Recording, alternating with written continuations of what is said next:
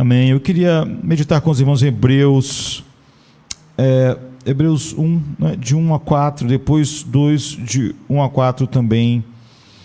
E quando nós estamos passando por problemas e as coisas estão difíceis, nós tendemos a meio que reagir por reflexo. Essa é a razão por que nós temos que estar cheios da palavra de Deus. Essa semana alguém disse para mim, eu precisava tanto que Deus falasse comigo, eu não sei porque Deus não fala comigo, não me responde. Eu poderia acreditar isso ao fato da pessoa estar passando por problemas, mas o fato é que nós devemos saturar nossa mente da verdade de Deus, para quando chegar o dia mal, a nossa reação seja quase como que um reflexo, não é? Sem precisar pensarmos muito, refletirmos a mente de Deus. Uma vez eu estava vendo um documentário sobre a tentativa de assassinato de Ronald Reagan, e eu sempre achei estranho essas pessoas que trabalham no serviço secreto, porque elas protegem o presidente, e quando ouvem tiros, elas se jogam na frente do presidente. Ou seja, se o tiro tiver que pegar alguém, que pegue neles ali que estão fazendo a segurança. Só que não é para nós lógico, não importa qual salário alguém receba, você entrar na frente das balas. Não é? Por exemplo, nesse atentado, agentes morreram que tinham esposa, filhos. Eu não consigo imaginar alguém que realmente acha que há algum salário que valha ele ganhar tiros e morrer, não é? E há uma coisa instintiva de quando você escuta tiros, você se abaixar, você se proteger, mas a maneira com que eles imediatamente pulam na frente do presidente é incrível. Então eu estava vendo esse documentário e foi feita essa pergunta a eles, não é muito a reação humana normal, e o que ele disse é que eles treinam isso durante tantas vezes, continuamente, que quando eles escutam os tiros, eles nem pensam. Eles nem pensam que tem filhos, esposa, que vão ganhar um tiro, que vão morrer. Eles se jogam na frente. Eles protegem, não é, o presidente. Eu acho que todos nós devemos ter um conhecimento bíblico que nos leve a isso, mas você vê, eles repetiram isso continuamente, eles fizeram isso todo dia, até que aquilo virou um reflexo da sua vida. Então eu acho que quando nós estamos passando por dias difíceis, nós ainda devemos reagir de maneira adequada, exatamente porque nós treinamos e nós nos saturamos da verdade de Deus. Então quando você está passando por dificuldade e diz, eu preciso que Deus fale comigo, isso é de uma insensatez, mas isso é comum mesmo quando as pessoas não estão passando por problema nenhum. Elas realmente acham que precisam ouvir alguma coisa de Deus e que Deus não está falando. Então, Hebreus começa dizendo, havendo Deus antigamente falado, muitas vezes e de muitas maneiras aos pais pelos profetas, a nós falou-nos nesses últimos dias pelo Filho, a quem constituiu o herdeiro de tudo, por quem fez também o mundo, o qual, sendo o resplendor da sua glória, expressa a imagem da sua pessoa, e sustentando todas as coisas pela palavra do seu poder, havendo feito por si mesmo a purificação dos nossos pecados, assentou-se à destra da majestade nas alturas, feito tanto mais excelente do que os anjos, quando herdou o mais excelente nome do que eles. Então a questão é, você quer ouvir Deus falar? Não é? E essa é uma pergunta que deve ressoar em nossos ouvidos. Como essa pessoa, você já disse alguma vez, no momento de tristeza, de desespero, ó Deus, se tu apenas falasse comigo, se eu apenas pudesse ouvir sua voz, se ao menos tu falasse comigo nessa hora, se ao menos tu me dissesse alguma coisa, se tu não ficasse tão calado como tu estás. Então, isso acontece tantas vezes, não é? E graças a Deus, muitas das vezes também as pessoas encontram Deus paciente, não é, para ir com sua eterna repreensão. Mas se você não quiser repetir algo tão ofensivo a Deus, ouça a repreensão terna de Deus nessas palavras de Hebreus 1 e 2. E esses dois versos ensinam muito alto e claramente o fato de que Deus não está em silêncio. Deus não é retraído. Deus não é não comunicativo. Deus jamais agiu assim conosco. Esses dois versos nos ensinam que Deus falou em duas fases na história. Antes da vinda do seu Filho, de Deus, antes da vida do Filho de Deus ao mundo, e depois ele falou através da vinda do seu Filho. Ele falou em seu Filho. Então leia novamente: havendo Deus antigamente falado muitas vezes e de muitas maneiras aos pais pelos profetas, ele falou aos pais pelos profetas, a nós falou-nos nestes últimos dias pelo Filho. Então considere essas duas fases de comunicação de Deus para com o seu povo por um momento. Antes da vinda de Cristo, diz que Deus falou pelos profetas, de muitas formas, muitas vezes, em muitos lugares. E a gente pode olhar três coisas quando a gente vê essa descrição. Primeiro, Deus falou. Ele nunca ficou em silêncio. Não é? Deus se comunica. Na verdade, lá, quando nossos primeiros pais pecaram, quem vem se comunicar é Deus. O pecador está sempre em fuga. Então, ele veio falar, ele veio se conectar conosco. Deus não é uma ideia que nós pensamos. Você não pode sentir Deus falando dentro de você. Que é óbvio que essas palavras um tanto que místicas que as pessoas gostam de dizer, elas não diferenciam o que o coração delas está dizendo do que é Deus. Então elas se consolam fingindo que Deus está falando onde Ele não está falando. Deus não é uma ideia para nós pensarmos. Ele é uma pessoa a ser ouvida, compreendida, apreciada e também obedecida. Ele é uma pessoa que fala. Não há fato mais importante do que esse. Se Deus não fala, por mais que a criação manifeste sua glória, nós jamais conheceríamos o seu caráter perfeitamente.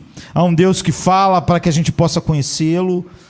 Ele fala para que a gente possa não só conhecê-lo, mas para que a gente possa amá-lo e viver em alegre obediência a Ele. Então Deus falou. Deus falou, é o que o autor de Hebreus diz. Deus falou. Mas em segundo lugar, Ele falou pelos profetas.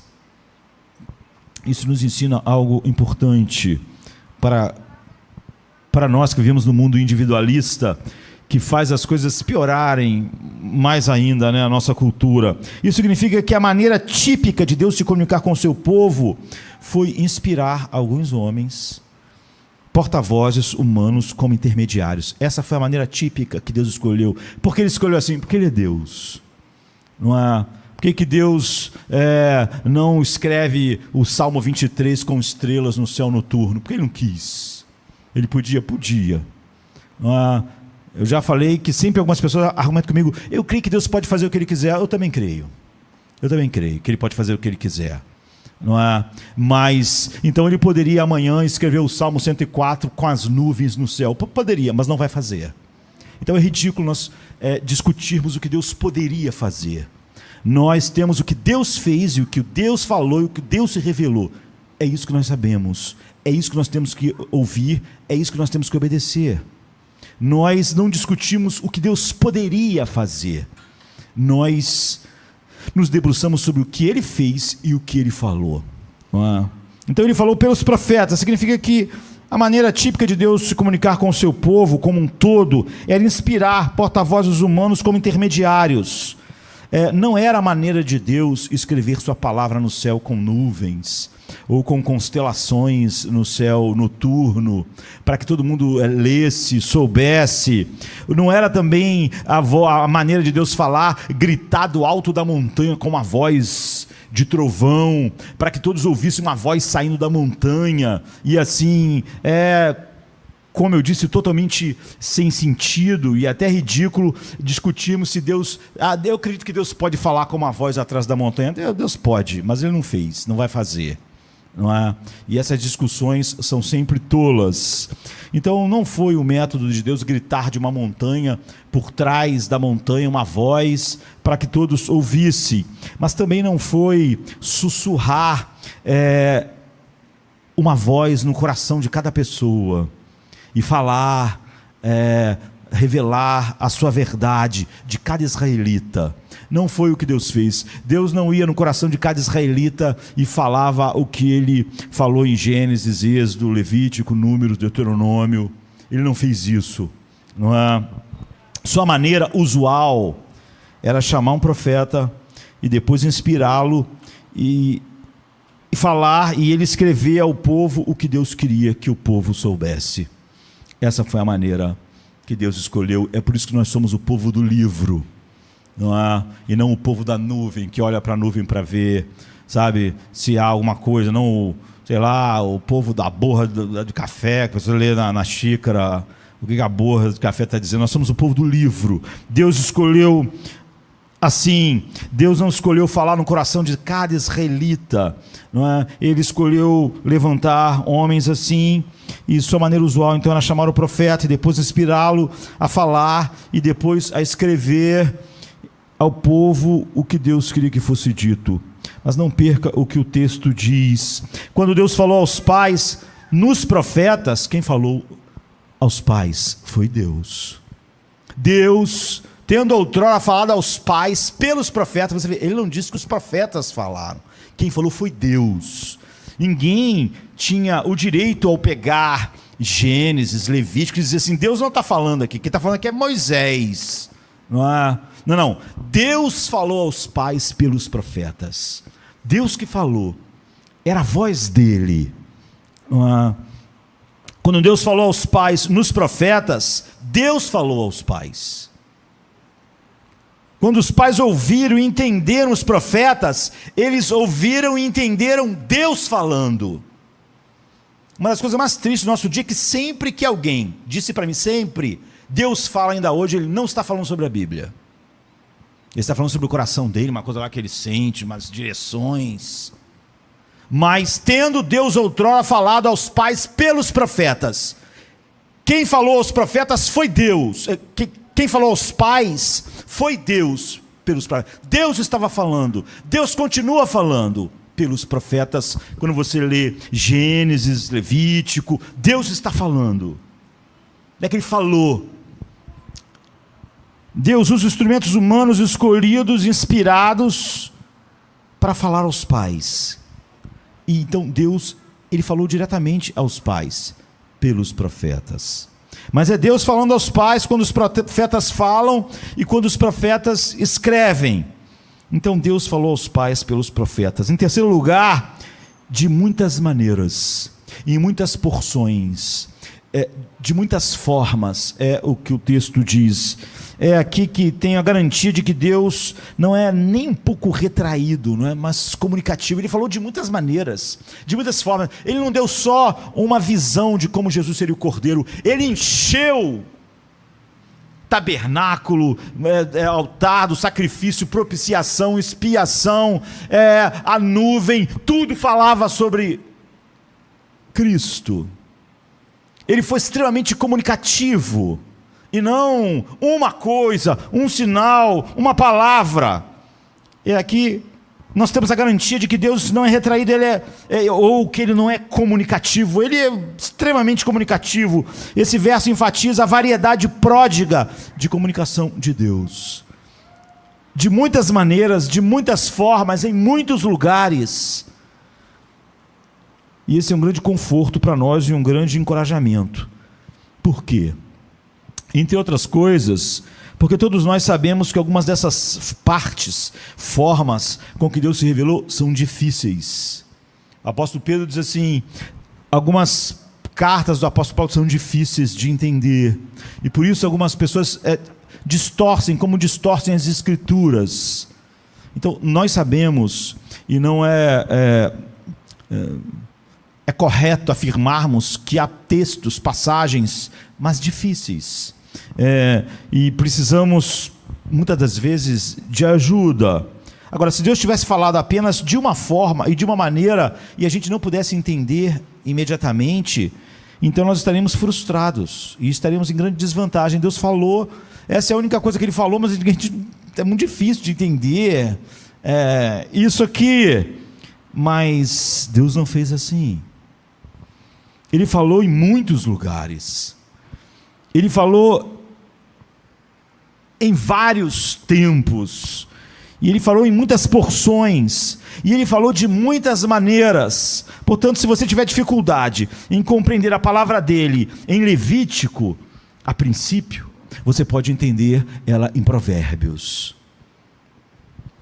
Se você não vê o ponto claramente que Ele está mostrando sobre seu filho em Zacarias, você ainda pode ficar profundamente comovido com a mensagem de Jonas, de como do Senhor vem a salvação.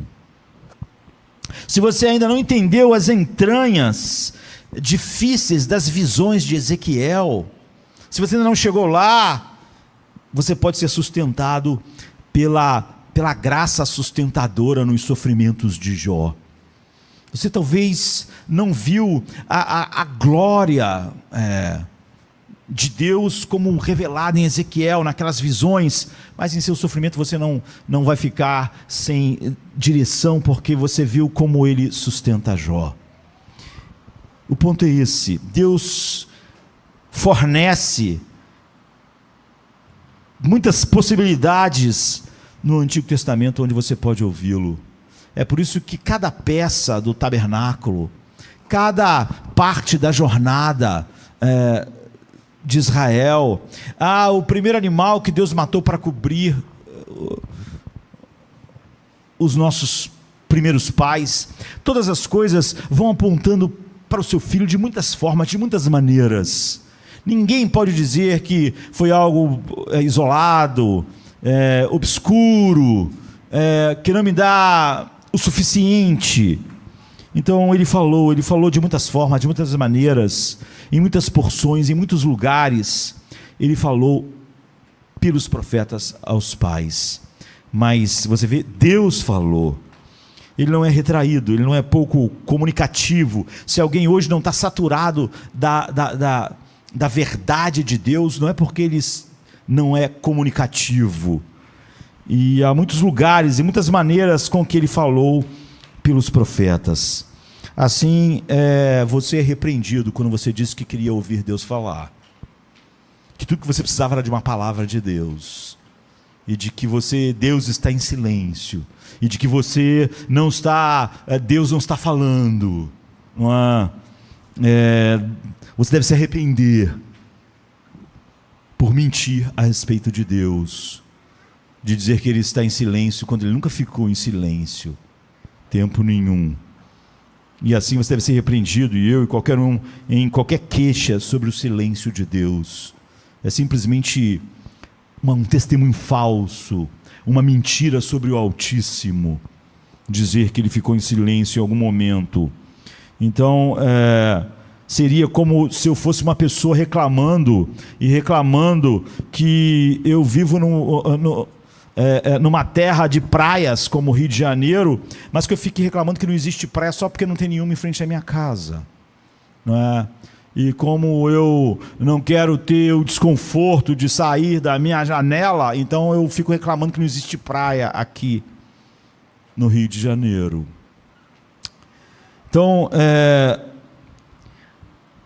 o que acontece é que, se isso era verdade, agora é maior, é melhor, e o pecado é maior ainda, porque há mais. O livro de Hebreus diz que Deus falou em duas fases: uma antes da vinda do seu Filho ao mundo, e outra através da vinda do seu Filho. No versículo 2a diz: nesses últimos dias Deus nos falou em seu Filho. Ou seja, antes ele nos falou nos profetas. Quem falou foi Deus.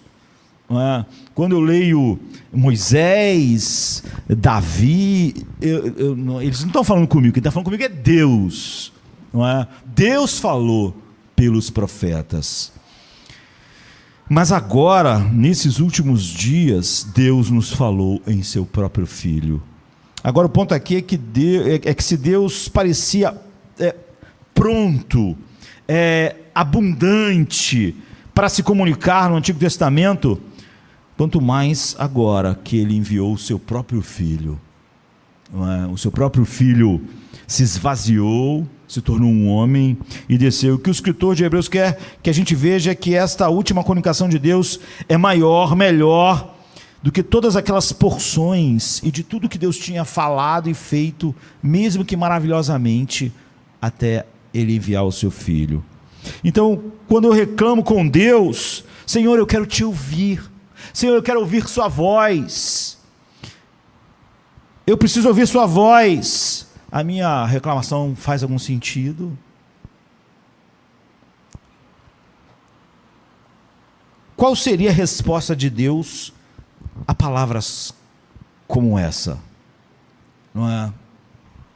A gente pode ver 3 maneiras pelas quais o falar de Deus no Filho nos últimos dias é melhor do que o falar de Deus no passado. Por seu Filho, Deus falou agora não apenas pelos profetas, era Ele que falava, né?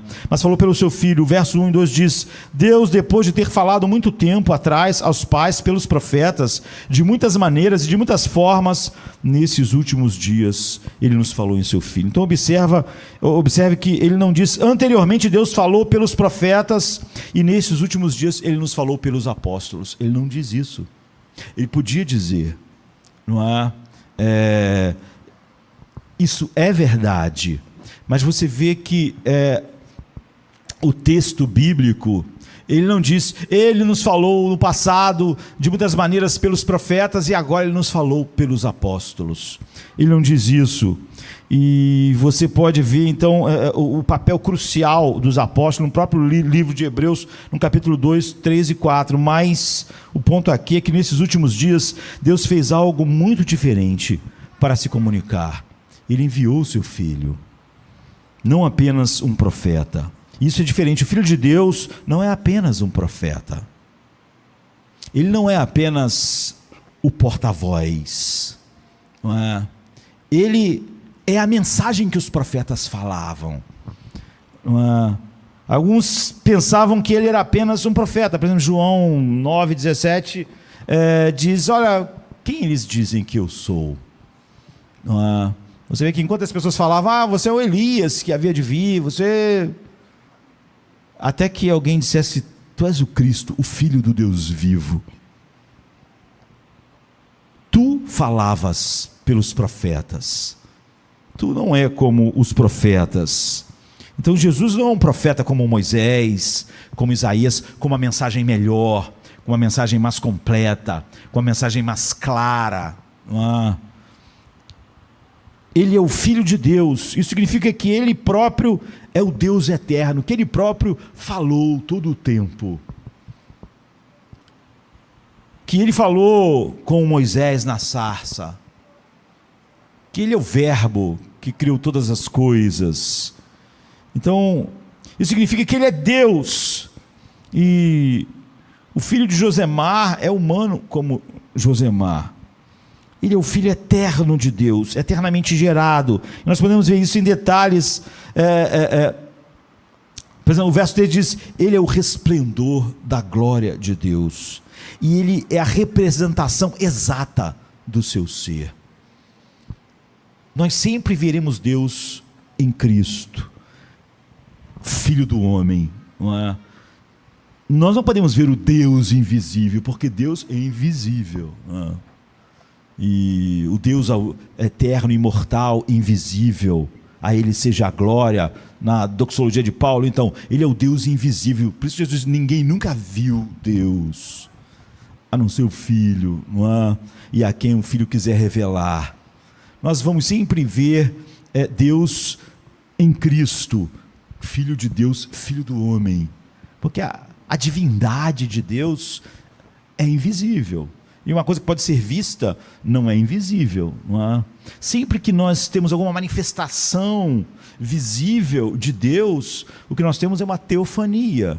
É uma manifestação visível que Deus faz para mostrar algo a respeito dele.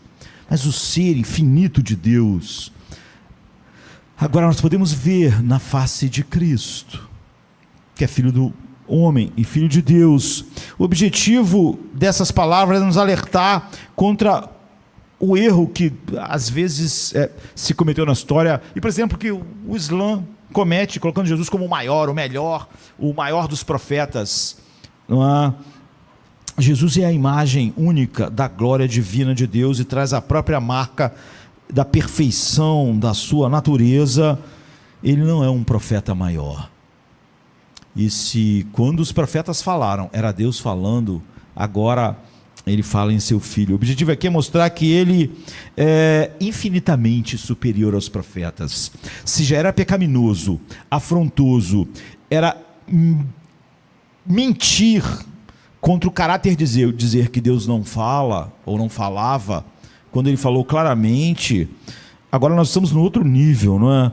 Ele é o Filho eternamente gerado, sem princípio e sem fim, como está em Hebreus 7,3. Em outras palavras, Deus não falou apenas por profetas e apóstolos inspirados.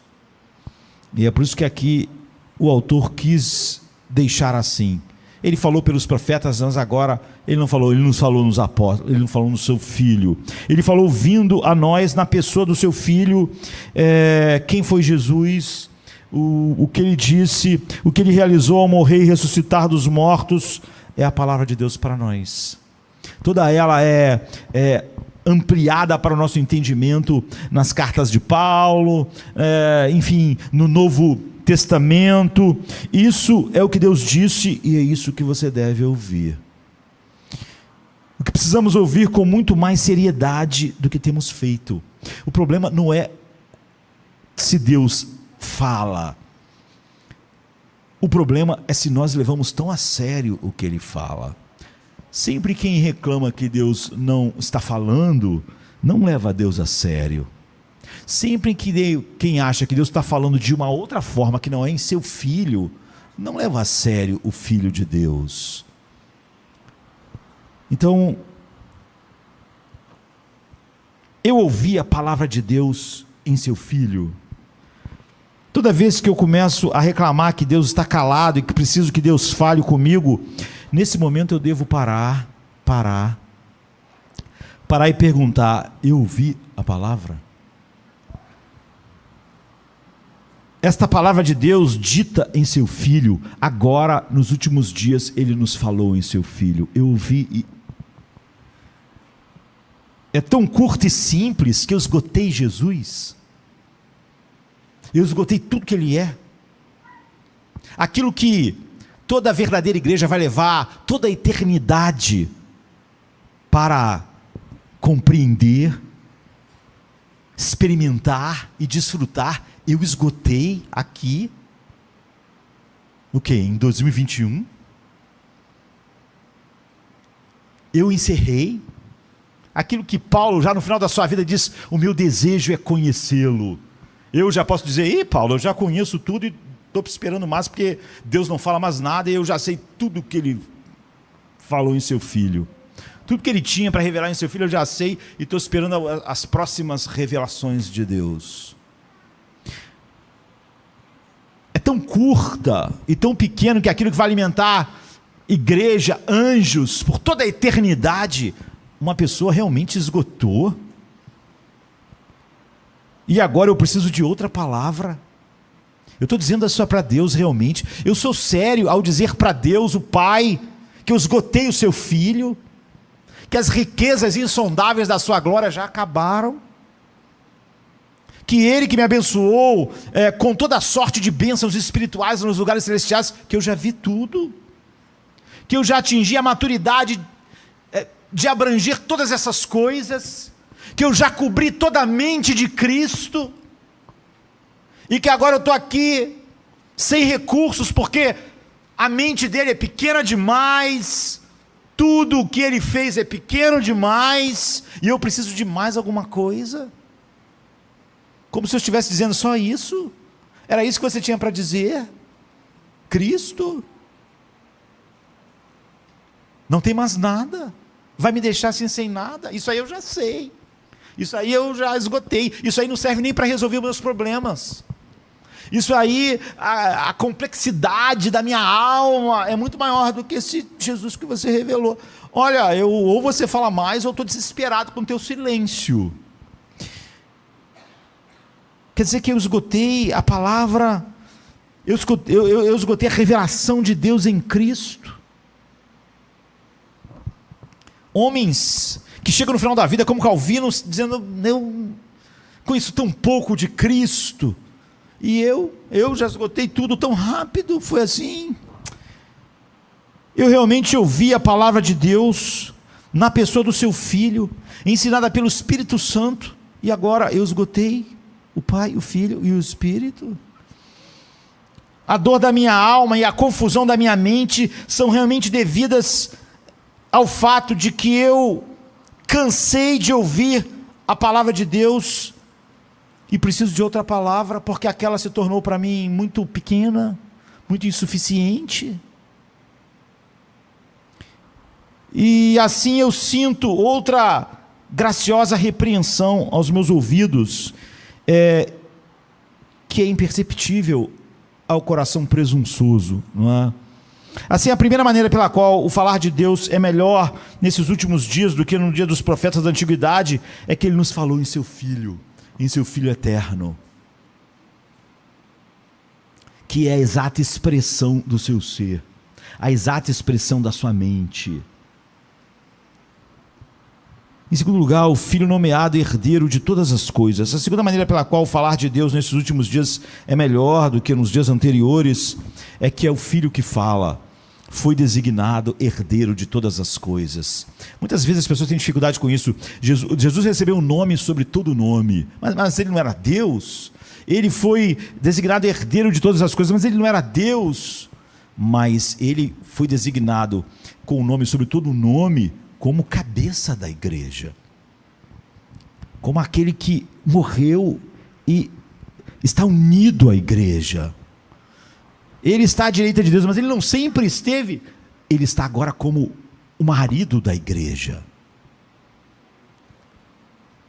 Ele está agora com todos os seus redimidos. Ele está como o Filho de Deus e o Filho do homem. E o versículo 2 diz: nesses últimos dias, Deus nos falou pelo Filho, a quem constituiu herdeiro de todas as coisas. Agora, por que o autor adiciona isso? Porque ele quer que nos detenhamos no fato de que aquele a quem nós ouvimos agora, Jesus, o Filho de Deus, pode cumprir tudo o que promete. Quando ele diz: minha paz vos dou, ele não é alguém bem intencionado, querendo ou tentando dar algo que ele não pode fazer, não é? Quando ele diz: para que a minha alegria esteja neles e a alegria deles seja completa, quando ele diz: venham a mim e eu vos darei descanso.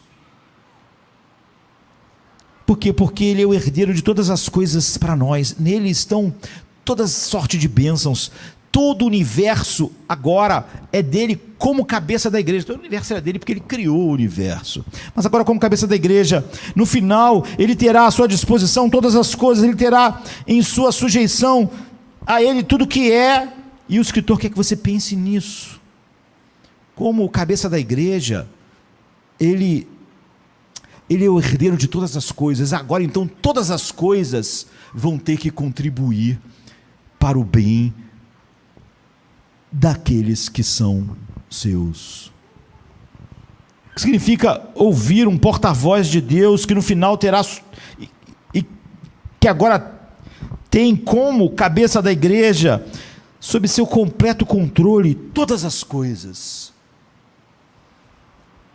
toda a terra, toda a água, todo o fogo, todo o vento, toda a energia, todos os recursos naturais, todas as nações. Ele vai fazer o que quiser com o Império Romano para o bem da sua igreja. Todas as forças armadas, todos os edifícios, todas as bactérias, todos os vírus, todas as coisas todos os anjos, todos os demônios, Satanás, todos os seres espirituais, a morte. Paulo diz: tudo é vosso, porque tudo é de Cristo e Cristo de Deus. Tudo agora está agindo de maneira tal que o seu bem final seja levado em conta. Tudo que a morte faz agora é servir a igreja. Tudo que os vírus, as bactérias, nada. Por isso que as pessoas que estão sempre achando que a igreja está sob uma ameaça, uma nação, um povo, todas as coisas são dele como cabeça da igreja. Todas as nações, todos os exércitos, todas as balas, todos os vírus, todas as doenças, todos os demônios, tudo. Bem, isso significa que ele pode cumprir todas as suas promessas para nós como igreja. Se ele disser: bem-aventurados os mansos, porque eles herdarão a terra, então eles herdarão, porque todas as coisas vão ter que contribuir para isso: a morte, Satanás, as nações, todos os inimigos de Deus, todas as doenças. Se ele disser: nada em toda a criação nos separará do amor de Cristo, Romanos 8,39, então ele pode cumprir a promessa. Porque o que pode nos separar dele, se todas as coisas agora estão subservientes ao bem da igreja? A morte, o porvir, os anjos, a espada. Paulo diz: nós somos mais que vencedores. Ele, como cabeça da igreja, é o herdeiro de todas as coisas. Todas as coisas agora funcionam exatamente para o bem e o propósito final do seu coração, para a sua igreja. Então ele pode cumprir cada promessa, e nada na criação pode nos afastar, nos separar de Deus, porque tudo na criação, além de não poder nos separar, tem que cumprir o seu papel no bem final, comprado para nós em toda sorte de bênçãos espirituais em Cristo Jesus nas regiões celestiais. Se Jesus disser: não haverá mais morte, nem pranto, nem dor, quando ele disser: não haverá mais. Enquanto há, essas coisas devem servir ao seu propósito. Então, a igreja, quando ele diz: não haverá mais morte, ele pode cumprir. A morte só está cumprindo o seu papel no desenrolar do seu propósito, porque ele é o dono da vida e da morte. Ele é o herdeiro de todas as coisas como cabeça da igreja. E ele governará sem impedimentos sobre tudo, não é?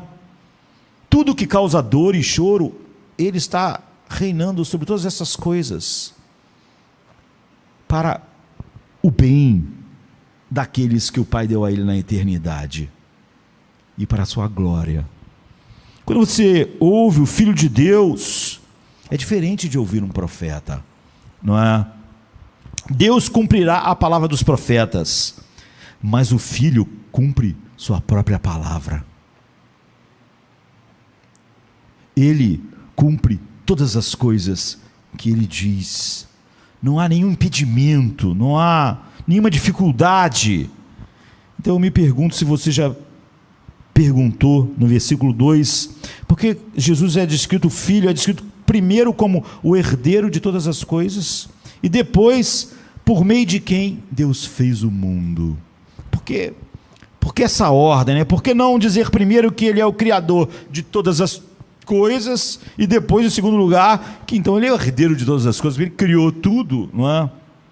Aqui está. Como a história termina é mais importante do que como a história começa, não é? Mas você não pode entender o verdadeiro final sem entender o começo. Em outras palavras, o que está em jogo na minha vida e na sua vida é como será o nosso futuro e não como foi o nosso passado, não é?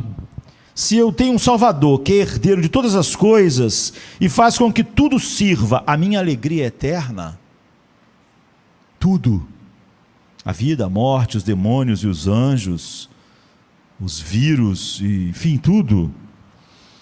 Então, o passado é importante apenas na medida em que me ajuda a entender essa realidade, essa verdade. Me ajuda a entender isso e acreditar nisso e viver na verdade disso, mas é o futuro onde eu vou viver. Então, o fato é que não podemos entender que Jesus foi designado herdeiro de todas as coisas até que entendamos que todas as coisas foram feitas por Ele. E até que você saiba disso, você pode dizer, Jesus era um homem, não é como nós, foi escolhido, exaltado, e tem esse papel especial como herdeiro, afinal de contas, ele foi nomeado herdeiro de todas as coisas. Então, se ele foi nomeado herdeiro, então talvez ele nem sempre tenha sido herdeiro e foi realmente adotado como filho de Deus, em vez de ser o próprio Deus eternamente. Isso seria o quê? Seria um erro, uma blasfêmia, não é? Ele agora quer evidenciar que está nesse lugar, no lugar do Criador de todas as coisas, que ele sempre esteve, de uma maneira diferente. Ele está como o cabeça da igreja lá. Assim o escritor segue sua primeira e principal declaração de que o Filho é o herdeiro de todas as coisas, herdando para nós todas as coisas que já eram dele. Com a declaração de que por meio dele, Deus fez o mundo. Isso significa pelo menos duas coisas. O Filho existia eternamente para criar o mundo inteiro, e depois, isso por toda a eternidade passada, antes de nascer em Nazaré, na pessoa de Jesus de Nazaré. E o Filho já possui o universo em virtude de criá-lo com o Pai. Então, de fato, o verso 3 diz, ele sustenta, ele não só criou o mundo, ele sustenta cada átomo, todas as coisas pela palavra do seu poder. Então, como ele é nomeado herdeiro? Então, ele criou tudo e ele sustenta tudo. Cada átomo está em seu lugar no universo, não automaticamente, mas pela palavra do seu poder. Como então ele é nomeado herdeiro de tudo? A resposta é que, por enquanto, grande parte da criação aos nossos olhos, o autor de Hebreus vai falar a respeito disso, parece aos nossos olhos não estar a favor, mas contra ele. E Deus ordenou que por causa da fiel obediência, morte e ressurreição do seu Filho, esses inimigos, um dia, todos verão colocado por escabelo de seus pés, e que eles agora todos são governados por aquele que é o cabeça da igreja. Nós fomos maravilhosamente envolvidos nisso. Hebreus 10, 12 e 13 diz, tendo oferecido um único sacrifício pelos pecados para sempre, Cristo assentou-se à destra de Deus, esperando daquele momento em diante, até que seus inimigos sejam postos por escabelo de seus pés. Em outras palavras, Cristo tomou o seu assento como herdeiro ativo e governante de tudo pela sua igreja.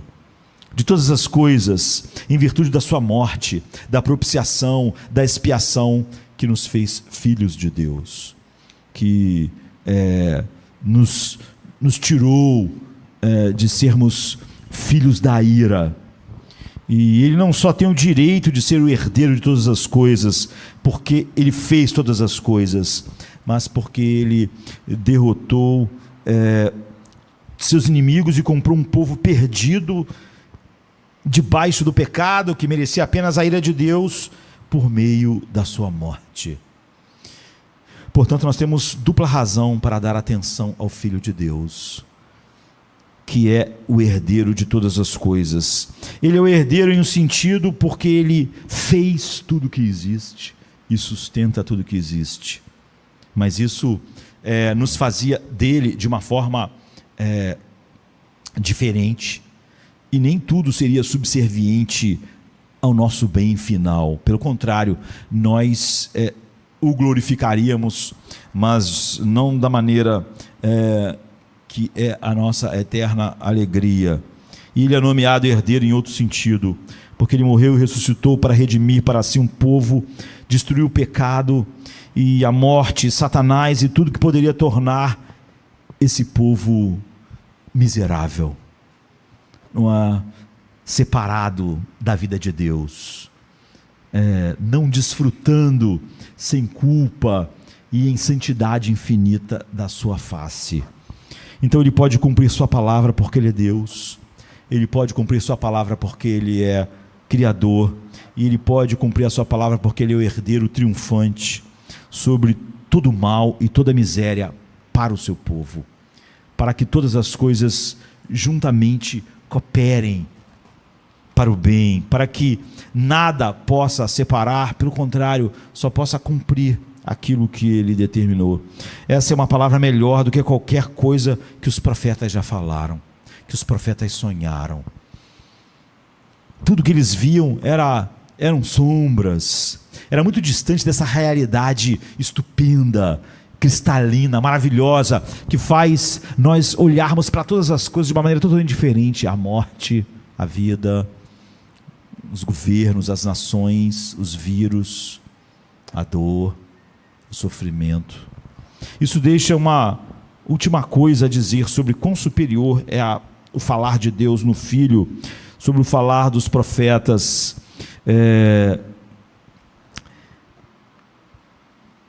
que é importante, é fundamental e às vezes tão tristemente esquecido. Essa palavra de Deus em seu Filho é tão decisiva, tão completa, que não haverá uma terceira fase na história que Deus vai falar. Isso é o que significa quando diz no versículo 2: nesses últimos dias nos falou em seu Filho. Os últimos dias começam com a vinda do Filho de Deus ao mundo. Estamos vivendo então nos últimos dias, desde os dias que Cristo andou no mundo. Quando ele chegou no mundo, começou os últimos dias. Isso é os últimos dias da história como nós conhecemos antes do estabelecimento final e completo do reino de Deus. Antes em que todas as coisas, antes que a glória de Deus enche a terra como as águas cobrem o mar. Os últimos dias de uma guerra são os dias após a batalha decisiva de uma guerra. Uma guerra não acaba no dia da sua batalha decisiva. Nós podemos dizer que os últimos dias da Segunda Guerra Mundial começaram quando os aliados desembarcaram na Normandia. Quando eles conseguiram desembarcar e vencer as resistências nazistas, então aquela guerra tinha acabado. Ela ainda demorou para acabar, mas a batalha decisiva tinha sido vencida. Não tinha mais nada que o exército alemão pudesse fazer para impedir a derrota. Ele estava derrotado. Aqueles eram os últimos dias, podia durar 1 mês, 2 meses, 3 meses, 4 meses. Eles tinham perdido a guerra. Agora estávamos vivendo os últimos dias da guerra, porque não havia mais nada que o inimigo pudesse fazer para impedir que rapidamente, pelo Ocidente e pelo Oriente, os aliados chegassem até Berlim. Eles não tinham mais defesas, eles tinham sido derrotados. Então, os últimos dias da guerra são os dias quando a bomba que decidiu tudo foi lançada. Lá no Pacífico, o fim da Guerra do Pacífico foi quando a bomba de Hiroshima foi lançada. A guerra tinha acabado. Ela ainda tinha dias, um tempo para acabar, mas o inimigo tinha sido derrotado. Ele não tinha como mais se reerguer e lutar, sabe? Então, todo mundo já sabe quem vai ganhar. Quando os aliados embarcaram na Normandia e finalmente estavam na Europa, então todo mundo já sabia quem ganhava. Sabe quando está a Alemanha 7-1, então, e você já sabe que o jogo acabou? Eu já fui ao Maracanã várias vezes que as pessoas vão embora antes do jogo acabar. Elas já sabem, acabou. Eu não vou pegar trânsito à toa, eu não vou, o jogo acabou. Não é? Nós fomos derrotados, não é? O outro time já está comemorando, mas ainda falta 30 minutos, mas acabou. Acabou. Então, os últimos dias é isso. É quando a bomba foi lançada, quando o desembarque foi feito, quando a guerra já foi vencida. Mas ainda há algumas batalhas que vão ser travadas. Mas é apenas uma questão de tempo. A resistência pode continuar por meses. Mas o golpe mortal foi desferido no inimigo. E o terreno elevado, fortificado, foi capturado. E os dias de luta que restam são os últimos dias da guerra. São os últimos dias. Nada mais pode reverter. A guerra foi perdida. Assim é desde que o Filho de Deus veio ao mundo. Não é? Em sua morte, ressurreição, ele disse: está consumado. Acabou a guerra. Não é? Agora nós estamos nos últimos dias. Todos os inimigos foram vencidos. Agora ele se sentou. E esses são os últimos dias, de quando ele está sentado, apenas esperando. Não há mais nenhuma batalha decisiva a ser travada. A igreja não está batalhando nenhuma batalha decisiva no mundo. Ela foi feita há 2000 anos atrás numa cruz. Acabou. Não há. É apenas uma questão de tempo. E estes são os últimos dias trazendo o seu triunfo decisivo a todos, todo o seu povo. Agora só está esperando ser chamado cada um das suas ovelhas. Não há mais nada a ser conquistado para elas. Tudo foi feito. Tudo está terminado. Mas o ponto para o escritor de Hebreus é esta: a palavra que Deus falou por seu Filho é a palavra final, decisiva. É a palavra que acabou com tudo. É a palavra da vitória final. É a palavra que agora você só está esperando todas essas coisas irem para o seu lugar, porque ele já fez, já venceu e já se sentou. A pessoa de Jesus, o ensino de Jesus e a obra de Jesus, aquilo que ele fez, dissecado nas epístolas. Quando eu reclamo que eu não ouço a palavra de Deus, quando eu sinto o desejo de ouvir a voz de Deus, eu fico frustrado porque ele não fala de maneira que eu possa desejar, o que eu estou realmente dizendo? Eu estou realmente dizendo que eu esgotei a obra final de Cristo, que satisfaz a mente do Pai, e disse: não satisfez a minha, eu estou satisfeito. Essa palavra completa, revelada em Cristo, no Novo Testamento. Agora, eu realmente esgotei? Normalmente quem fala isso são pessoas que não conhecem praticamente nada sobre Deus, sobre o que Deus fez e sobre o que Ele está fazendo. Quanto mais ignorante, mais as pessoas falam que Deus não falou, ou que Deus precisa falar alguma coisa para ela. Tornou-se tão parte de mim a palavra de Deus, que eu já sou a perfeita imagem de Jesus, e achei que essa perfeita imagem não é suficiente. Eu já sou exatamente a imagem do Filho de Deus, como Deus predestinou que seus filhos fossem. Eu já atingi esse ponto de que a palavra moldou em mim a imagem perfeita de Cristo, e eu já sou esse Cristo perfeito andando pelo mundo, querendo mais. É isso. A minha alma, todos os frutos que saem de mim são exatamente a imagem perfeita de Cristo, de tal maneira que essa palavra que se tornou insuficiente para mim. Eu sou manso como Ele, tenho todas as marcas da imagem perfeita dele em mim, e achei que já sou tão a imagem dele, que preciso de um pouco mais de alguma coisa. Alguma coisa mais estúpida podia ser dita no mundo. Eu acho que não há nada mais estúpido que pudesse ser dito Certamente um demônio não poderia dizer uma coisa tão estúpida. E nem uma pessoa mundana. Uma pessoa que não conhece o Evangelho. Ou eu, na verdade, trato a palavra de Deus com tanta leviandade, com tão pouca seriedade. Ou eu passei o dedo nela como passo no jornal, como leio twitters, como leio rede social, e às vezes me dá um tédio. Então eu decidi que eu preciso de algo mais do que simplesmente a revelação de Deus em Cristo. É disso que temo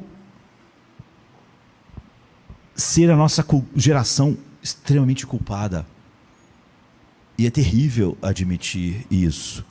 Deus está nos chamando para ouvir a sua palavra decisiva, final, para meditar nela de dia e de noite, estudá-la, memorizá-la, nos demorar sobre ela, mergulhar nela, até que nos sature e nos transforme cada vez mais na imagem de Cristo.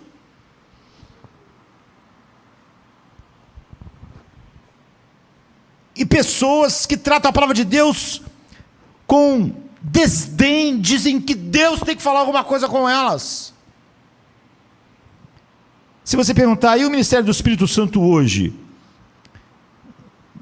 Para isso, a gente podia apontar aqui Hebreus 2, 13 e 4, mas o ministério do Espírito Santo hoje é a paixão do Espírito Santo hoje, concentrar toda a nossa atenção e todo o nosso afeto na palavra decisiva que Ele revelou em Seu Filho.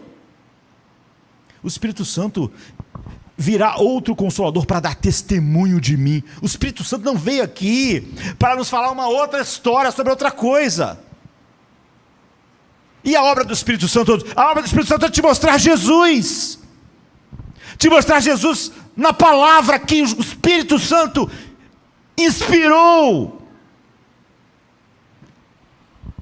Essa é a grande obra do Espírito Santo, é o seu grande objetivo, é tudo que Ele faz. Ele abriu nossos olhos, porque o Deus desse mundo cega os homens para não verem a glória de Deus na face de Cristo. A luz do Evangelho. O que o Espírito Santo faz é abrir os nossos olhos para contemplarmos Cristo no Evangelho. Então não pode haver uma pergunta mais estúpida do que: e o que o Espírito Santo está fazendo? Está fazendo isso. Eu enviarei outro Consolador, Ele dará testemunho de mim. Ele vai, não só você vai ter texto diante de você, você vai ter a impressão dessas belezas infinitas na sua alma, pelo Espírito Santo. Então, se nós pularmos, não é? E formos para os primeiros versos do capítulo 2, nós temos uma palavra importante para nós. Sabe, quando as pessoas pensam, e a obra do Espírito Santo? Então, a obra do Espírito Santo é: santifica-os na verdade, a tua palavra é a verdade. A obra do Espírito Santo é nos mostrar Cristo, cada vez mais. A oração de Paulo não é para que eles tivessem umas experiências estranhas. A oração era que o teu Espírito, eu oro, eu me coloco de joelho diante do Pai, para que o Espírito fortaleça vocês no homem interior. Para quê? Para que vocês sejam firmados e sejam sólidos em seu interior, para que Ele abra os olhos do coração de vocês, para que vocês conheçam o amor de Cristo, que excede a todo entendimento. Essa é a obra do Espírito, para que vocês conheçam Cristo, o amor dele que excede todo entendimento, conheçam a largura, a altura e a profundidade. Não há mais nada que o Espírito Santo esteja fazendo, não há nenhuma outra obra. Portanto, quando você chega no versículo 2, o capítulo 1 é incrível, mas quando abre o 2, ele abre com portanto, porque isso tudo é verdade. Ele diz: portanto, convém-vos atentar com mais diligência, e não dessa maneira, não é? Para as coisas que já temos ouvido, para que em tempo algum nos desviemos delas. Porque se a palavra falada pelos anjos permaneceu firme, e toda transgressão e desobediência recebeu a justa retribuição, como escaparemos nós, se não atentarmos para uma tão grande salvação, a qual, começando a ser anunciada pelo Senhor, foi-nos confirmada pelos que ouviram. Então, no capítulo 1 de Hebreus, não há nenhum mandamento para a igreja. O capítulo 1 de Hebreus, em sua profundidade espantosa, não fala nada sobre o que você deve fazer, não tem um mandamento. Não fala para você fazer absolutamente nada. Todo o capítulo é uma declaração e celebração da palavra final de Deus em Jesus Cristo. É o capítulo 1 de Hebreus. Jesus Cristo, o Filho de Deus. O capítulo começa assim: Deus, depois de falar muitas vezes, de muitas maneiras, pelos profetas, nos últimos dias nos falou em seu Filho. É sobre isso que é o primeiro capítulo. Esse é o ponto do capítulo 1. Algo absolutamente estupendo aconteceu: a vinda do seu Filho e a revelação de todo o propósito eterno de Deus, o mistério que estava oculto desde todos os séculos, em todas as gerações. Cristo. É sobre isso que é o primeiro capítulo. Aconteceu essa coisa estupenda. Agora esse mistério foi revelado. Essa é a maneira de Hebreus dizer o que João diz, não é? Lá no início de João, que diz: no princípio era o Verbo, e o Verbo era Deus, e o Verbo se fez carne e habitou entre nós. Em outras palavras, Deus Filho assumiu a forma humana como a palavra final e decisiva de Deus para o mundo. Não final porque Deus não falou desde então, mas final e decisiva porque desde que Jesus veio, tudo que Deus tem a dizer está enraizado nele, no que ele fez perfeitamente e no que ele terminou. E tudo que Deus fez e faz aponta para Jesus e é comprovado pela conformidade com Jesus. Então, nele habita corporalmente toda a plenitude da divindade, como Paulo vai dizer em Colossenses 2:9. E mais, em Colossenses 2:13 ele diz: todos os tesouros de sabedoria do conhecimento estão em Jesus. Todos. Ou seja, alguém só poderia dizer que Deus tem que falar mais alguma coisa se ele dissesse: eu sei todos os tesouros do conhecimento de Deus, da mente infinita de Deus. E já esgotei, não é? Então, além do que o Antigo Testamento nos disse, tudo que precisamos saber sobre Deus e como ele se relaciona com nossas vidas em cada aspecto, em cada parte da vida, seja no casamento, ou no beber um copo d'água, no comer, no andar, tudo que precisamos saber sobre Deus e como ele se relaciona com nossa vida, aprendemos com o que ouvimos e vemos na palavra final e decisiva de Deus, Jesus Cristo. É disso que Hebreus 1 trata, seria um bom resumo.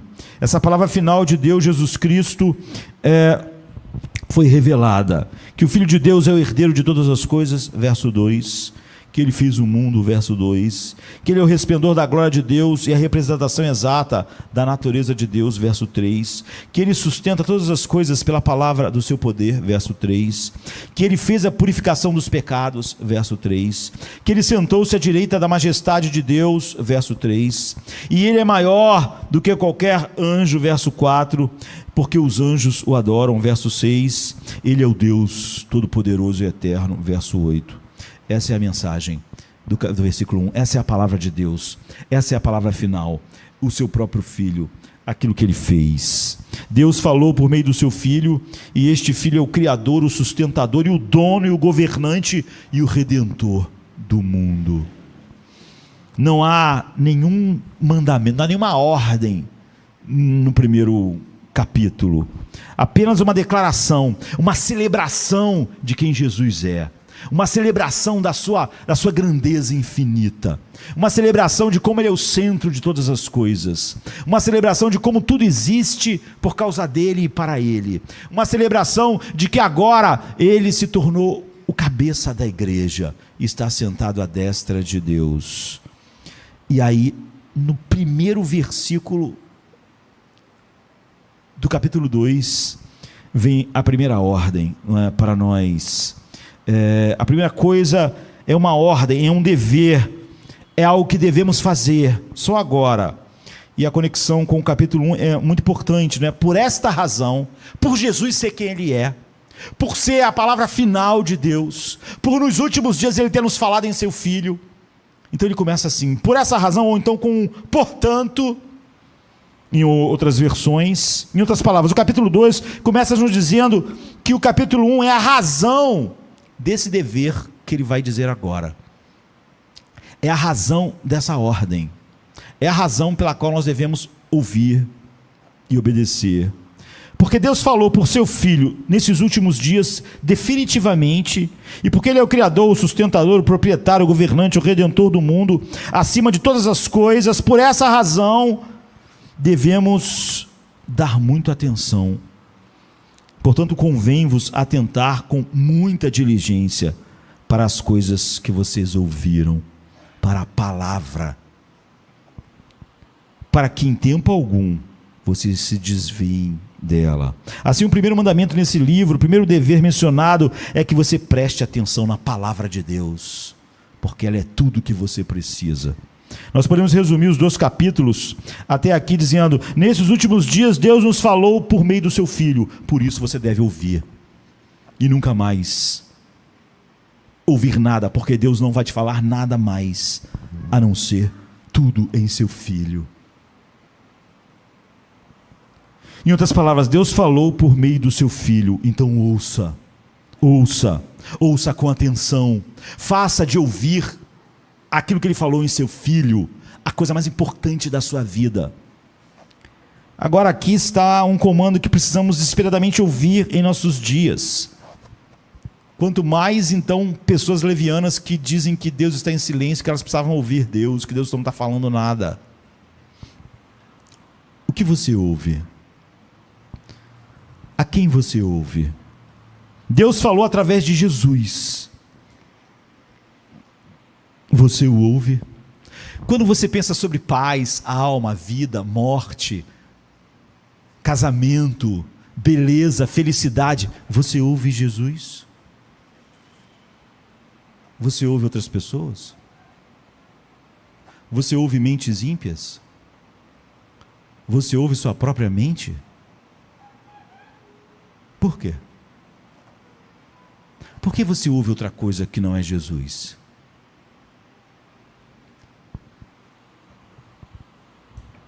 Como você o ouve, você compara o ouvir a Ele a ouvir a outra coisa? Quando Ele fala alguma coisa sobre a paz, você quer uma segunda opinião? Quando Ele fala sobre a verdadeira vida, você busca outras opiniões? Quando Ele fala para que Ele te deu a sua vida, o seu tempo, a sua mente, você ouve outras pessoas? Você ouve outras opiniões? Quando queremos ouvir alguém, muitas pessoas conhecem pouco a palavra de Deus e pouco o que Deus diz. Mas por que ela conhece tão pouco? Por que a pessoa conhece tão pouco? Quando nós queremos ouvir alguém, Deus está dizendo para nós aqui: ouçam com diligência agora. O que você tem que fazer agora não é esperar eu falar. Eu falei definitivamente. Vocês estão ouvindo? Quando você quer ouvir alguém, a gente faz provisão para ouvir alguém. Se você quiser ouvir um grupo musical, se quer ouvir uma banda de rock, se você quer ouvir, sei lá, um cantor que você gosta, não é? Você vai se certificar de que você tenha um aparelho de som ou um smartphone. Você vai se certificar de que você assine, sei lá, o Spotify. Você não vai, se você quer ouvir alguém, você não vai andar pela rua esperando que algum lugar toque alguma coisa sobre quem você quer ouvir. Você prepara as coisas. Você intencionalmente faz provisão para você ouvir quem você quer ouvir. Não é? Se queremos ouvir as notícias, a gente se certifica de nossa casa, na nossa cozinha, tem aqui televisão, rádio, um computador. Porque a gente não espera ouvir a notícia vindo de algum lugar qualquer. Se a gente quer ouvir, saber o que está acontecendo, então a gente liga, a gente para, a gente ouve. Se queremos ouvir sobre o nosso filho que viajou e que está numa situação difícil em algum lugar, a gente então fica perto do nosso aparelho de telefone, a gente fica vendo nossa caixa de mensagens, a gente quer ouvir, a gente quer saber, a gente se prepara, a gente fica à espera. Se quisermos ouvir, sei lá, John Grisham, para mim o melhor escritor de romances de tribunal, né, de histórias de tribunal, e enfim. Então o que a gente faz? A gente vai lá na Amazon e compra um livro dele. A gente passa em algum lugar, numa livraria, e compra um livro de John Grisham. A gente não passa a vida dizendo, eu queria tanto ouvir John Grisham sobre esses livros incríveis sobre tribunal que ele escreve, mas eu nunca achei um na rua. Eu nunca estive sentado, olhei para cima e vi na nuvem escrito um romance dele. Então eu não vejo, porque é o que eu mais queria. Mas nunca aconteceu de eu estar andando num lugar e estar lá um livro para mim. Não, eu vou lá, eu compro, não é? E assim vai, todos nós queremos ouvir alguma coisa, queridos. E ter certeza, você durante o dia está ouvindo o que você quer ouvir. Todos nós queremos ouvir alguma coisa. E fazemos planos para a nossa escuta. E compramos coisas, e vamos a lugares, e nos certificamos, e nos sentamos, e ligamos, e sintonizamos lá na Netflix, e escolhemos o seriado que nós queremos ver. Nós fazemos provisão porque nós queremos ver e ouvir. Não é verdade que nossos smartphones pulam na nossa cara de noite, ficam me incomodando, querendo falar com a gente. A gente pega eles, a gente liga, a gente olha. A gente quer ver. Alguém dizer que passou o dia e não teve tempo de mergulhar na palavra de Deus é um deboche para Deus. E depois, quando tudo estiver difícil, como a pessoa está conversando comigo, no momento ruim, dizendo, eu precisava que Deus falasse comigo, é um deboche maior ainda. Então, como tudo isso se compara a ouvirmos, como ouvir a notícia do que está acontecendo, como ouvir a notícia do que aconteceu não sei aonde, sobre o esporte, sobre doença, sobre vírus, como isso pode ser mais importante do que ouvir Cristo? Então, porque eu liguei para ler, porque eu liguei para ver, porque eu me preparei, porque eu andei com dispositivos para ouvir sobre todas essas coisas, e no final do dia, eu não conheço quase nada mais do que conhecia sobre Cristo do que ontem. Você está ouvindo? O 2º capítulo de Hebreus diz, deem toda atenção para ouvir isso. Não há mais nada para Deus dizer. Não porque Ele não tenha como dizer, porque Ele disse tudo. Porque Jesus é a expressão exata do seu ser. Porque Ele fez tudo. Não há nenhuma aflição, nenhuma coisa na sua vida que você não tem exatamente em Cristo. Em Cristo, Paulo diz, eu posso todas as coisas. Quando eu passo fome, eu não leio lá o último escritor, como passar fome com o espírito para cima. Eu posso passar fome, Paulo diz, eu posso ter abundância, eu posso viver, eu posso morrer, eu posso ser chicoteado, eu posso ser desprezado, eu não fico arrasado. O mundo não vê em mim um espetáculo de alguém que não tem poderes muito além desse mundo para viver. Eu posso me alegrar na cadeia, eu posso me alegrar diante da morte. Sabe por quê? Por causa de Cristo. O autor de Hebreus vai dizer, mantendo nossos olhos fixos em Cristo. Agora alguém vai dizer, Deus não está falando comigo, Deus não está dizendo nada. E isso é excessivamente necessário. O que Hebreus está dizendo aqui é que na vida cristã nós devemos continuar ouvindo a palavra de Deus em Jesus. E devemos fazer isso com muita atenção, ele diz. Não podemos tratar isso casualmente.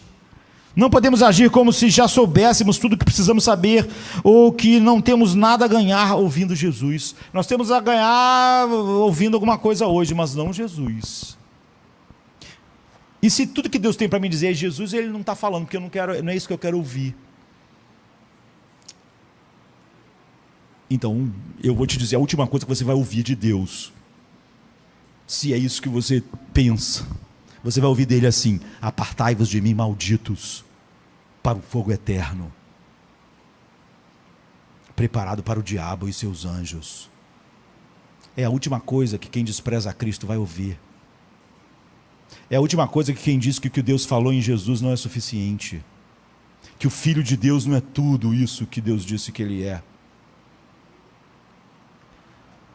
Há uma urgência em Hebreus 2:1, literalmente diz: é extremamente necessário que prestemos atenção ao que ouvimos. Não é apenas uma opção, ou você pode fazer se for especialmente espiritual, ou se você estiver num momento de crise no casamento, momento de crise no trabalho, momento de crise de saúde, então você deve ouvir. Não, é essencial ouvir sempre, é o que ele está dizendo. Essa é uma palavra para todos os cristãos, todos os dias, todo o tempo. Ele diz: é extremamente necessário dar atenção a Jesus como a palavra final de Deus. Este não é um comando isolado no livro de Hebreus. Essa preocupação de fazer com que os leitores despertem, escute bem a Deus, se repete. Por exemplo, em Hebreus 3:1 diz: portanto, irmãos, sendo participantes da vocação celestial, considerai Jesus Cristo, pensai, meditai, considere Cristo. Esse é o ponto de Hebreus 2:1. Ouça-o, considere-o, veja a vida através dele, veja todas as coisas do mundo como por ele, para ele e por causa dele. Veja todas as coisas da sua vida dessa forma. Veja a aflição que entrou na sua vida como uma maneira de manifestá-lo. Tente ver, enxergue isso através de Cristo. Não enxergue a vida através de você mesmo. Concentre-se nele, fique perto dele e mantenha-o em seus pensamentos. Aprenda mais e mais com ele todos os dias. Como ele é, o que ele diz, a maneira como ele vê o mundo. Quando você vê uma coisa no mundo, então veja da maneira com que ele vê. Então, novamente, em Hebreus 12:1 e 2, o autor diz: corramos com perseverança a carreira que nos está proposta, com os olhos fixos em Jesus. Você vê? Não é olhar de vez em quando, não é pequenas olhadas aí durante o dia, é com os olhos fixos. Não veja nada sem estar olhando para Ele. Não tenha uma opinião sobre nada sem estar olhando para Ele. Fixe seus olhos em Cristo, considere Jesus, ouça Jesus. Um dos grandes fardos desse livro é que nós, os leitores, veremos quão sério é ouvir Jesus, a palavra de Deus, considerar Jesus e fixar nossos olhos em Cristo, em tudo que a gente faz, em como nós reagimos, como nós estamos conversando com um irmãozinho do lado, como nós estamos mandando uma mensagem para alguém. Mantenha os olhos fixos, é o que a Bíblia diz. Esse é o primeiro mandamento do livro de Hebreus. Agora, é um mandamento difícil? Nós podemos dizer para Deus: ó Deus, é difícil demais, não consigo isso. O mandamento é: ouça, considere, veja. Essas não são coisas difíceis de fazer, queridos, a menos que você não queira. Dizer que ouvir uma coisa é difícil é só porque eu acho aquilo chato, porque não há nenhuma dificuldade para ouvir alguma coisa. Aí você fala assim: carrega essa pedra para cima do morro. Eu digo: isso é difícil, fico cansado, minha coluna dói. Agora eu dizer assim: eu não consigo ouvir, é um troço tão cansativo ouvir, eu fico extenuado só de começar a ouvir. Uma das coisas mais difíceis que eu faço é ouvir. Não é difícil ouvir. Ouvir é a coisa mais fácil do mundo, a não ser que você ache chato o que ou quem você está ouvindo. Mas esse é o mandamento mais fácil de se obedecer. Seria como dissesse para mim assim: olha, você deve ouvir seu filho, Sua esposa, isso é muito difícil. Como difícil? O primeiro mandamento desse livro, então, não é trabalhar por Jesus, não é pregar o evangelho ao mundo, não é fazer algo, não é arregaçar as mangas, ir para o outro lado do mundo, ir para lá, ir para cá, e fazer coisas por Jesus. O primeiro mandamento é ouça. Ouça. Ouvir Jesus. Ele não está ordenando trabalhar por Ele. Observe-o. Mantenha os olhos fixos. Todas as nossas mudanças da vida vão vir dessa realidade. Porque a Bíblia diz assim em 2 Coríntios 3,18: mas todos nós, com o rosto descoberto, refletindo como espelho a glória do Senhor, somos transformados de glória em glória na mesma imagem como o Espírito de Deus. Ou seja, quando eu mantenho os olhos fixos nele, quando eu ouço, quando eu faço provisão para no dia, a coisa mais importante ser ouvi-lo, então eu mudo. O que ele diz sobre ansiedade? O que ele diz sobre medo? Eu ouço o que ele diz sobre isso, ou ouço outra pessoa? Eu tenho muita ansiedade e medo. Ok, você ouve o que Jesus diz sobre isso? Ou você passa o dia inteiro ouvindo outras pessoas a respeito disso? Homens mortos, homens já no inferno. Quem você está ouvindo sobre? Você ouve Jesus? Você escuta o que ele diz sobre medo, ansiedade, morte, sofrimento? Você ouve o que ele diz? Preste atenção, o livro está dizendo, para não negligenciar uma tão grande salvação. E todo o primeiro capítulo destina-se a tornar eu vou botar entre aspas, esse fardo leve. Porque como será difícil ouvir aquele que é o autor da criação, o que sustenta todas as coisas? Como será difícil manter os olhos fixos e ouvir aquele que é a exata expressão do Deus Pai? Como será difícil? O que pode ser mais incrível, mais maravilhoso? Como eu posso achar fácil os meus olhos olharem para as cataratas do Iguaçu que ele fez, que não é nada para ele, e não poder manter os olhos fixos naquele que é o autor de toda a criação. Mas não só isso, naquele que com seu sangue me comprou para Deus. Aquele que devemos prestar atenção, não está podendo prestar atenção numa coisa, sabe? Ler um livro chato na escola, que eu tenho que prestar atenção porque tem que fazer a prova. Ele está falando para mim manter a atenção e os olhos no Criador e Sustentador, dono e governante, redentor do mundo. E o que ele tem a nos dizer é sobre uma grande salvação. É o que o autor está dizendo, para que você não perca essa tão grande salvação. Você vê isso no versículo 3: como escaparemos nós se negligenciarmos tão grande salvação? Portanto, se optarmos por não ouvir Jesus todos os dias, considerá-lo e fixar nossos olhos nele, estamos desprezando sua importância descrita no capítulo 1. É o que o autor está dizendo. Estamos dizendo, ele é autor da criação? Não me interessa. Me interessa por outras coisas. O quê? Ele é a imagem expressa do Deus Pai? Isso para mim não é importante. Não é relevante. Não acho que ele saiba nada sobre os meus medos e ansiedades. Eu acho que outras pessoas sabem mais. Negligenciar isso é negligenciar o capítulo 1.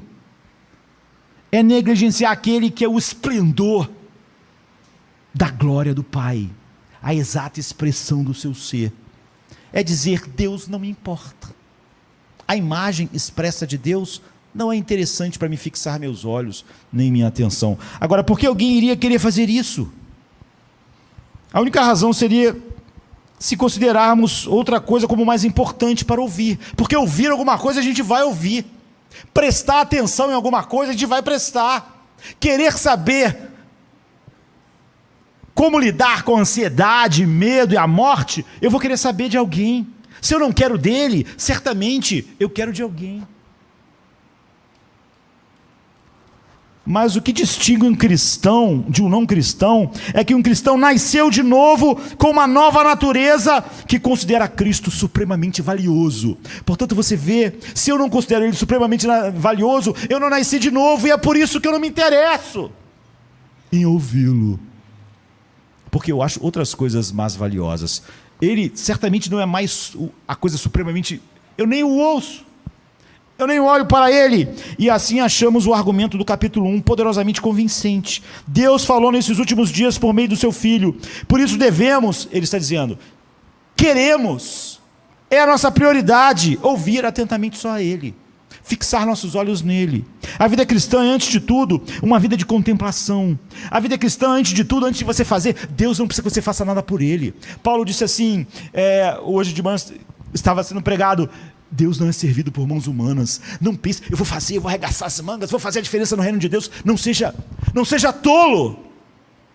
Você não pode fazer nada por Deus.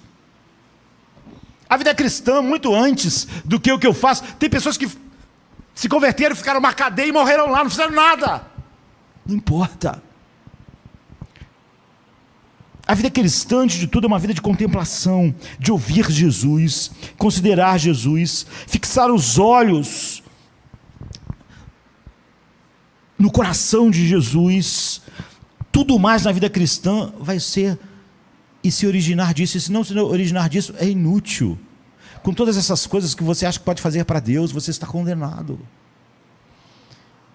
Sem isso, a vida cristã é simplesmente inviável. Você não tem como fazer nada para Deus aceitável fora de Cristo. Cristo, ao mesmo tempo que Ele pode dizer para um ser humano pecador como nós, você é meu filho amado. Em Cristo, Ele pode nos amar.